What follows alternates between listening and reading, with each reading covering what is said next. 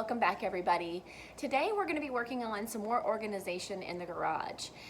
We've taken everything off of the workbench and it's in a giant mess in different piles around the garage.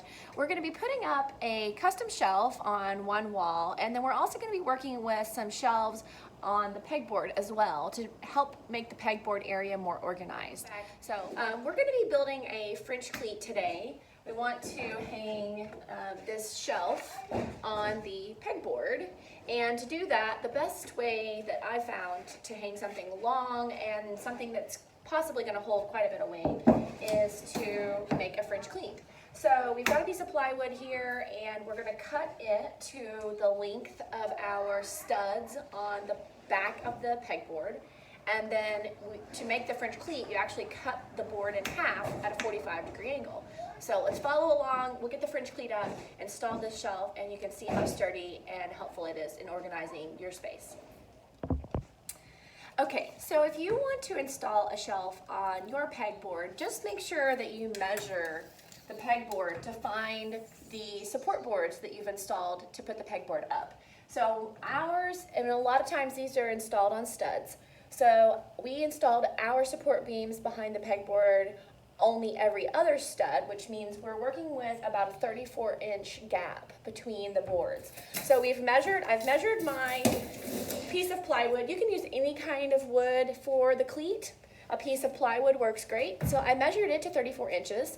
I'm going to go ahead and cut that, and then we'll set our circular saw at a 45-degree angle to cut the French cleat. All right, great. Our French cleat board is cut to the width of our studs that we're using on the back of the pegboard. Now I'm just going to take my shelf and sit it on top of the French cleat board.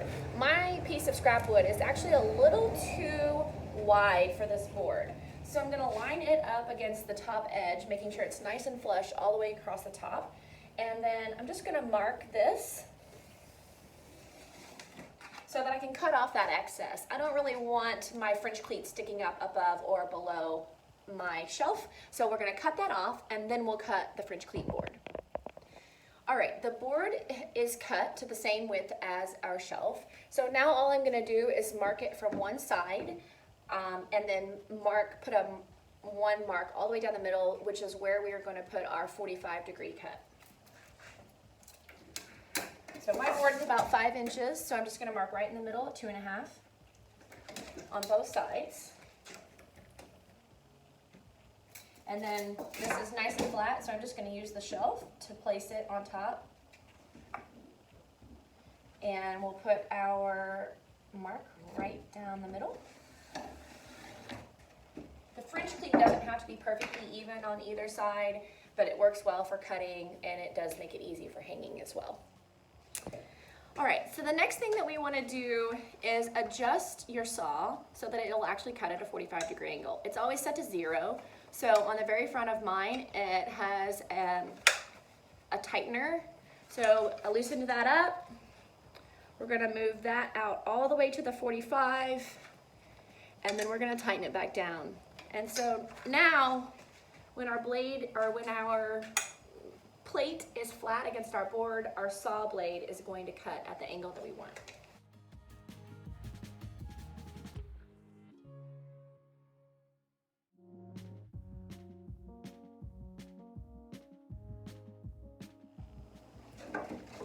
We've got our French cleat cut. Looks great. We are going to mount the top side to our shelf. Make sure that your 45 is sticking out away from your shelf, and then when you mount your other portion, it's going to stick out away from the wall as well. So it'll be mounted like that, so that the cleat itself then locks in tight and creates a really secure hold. So I'm going to use a little wood glue on this, and I'm going to screw it in.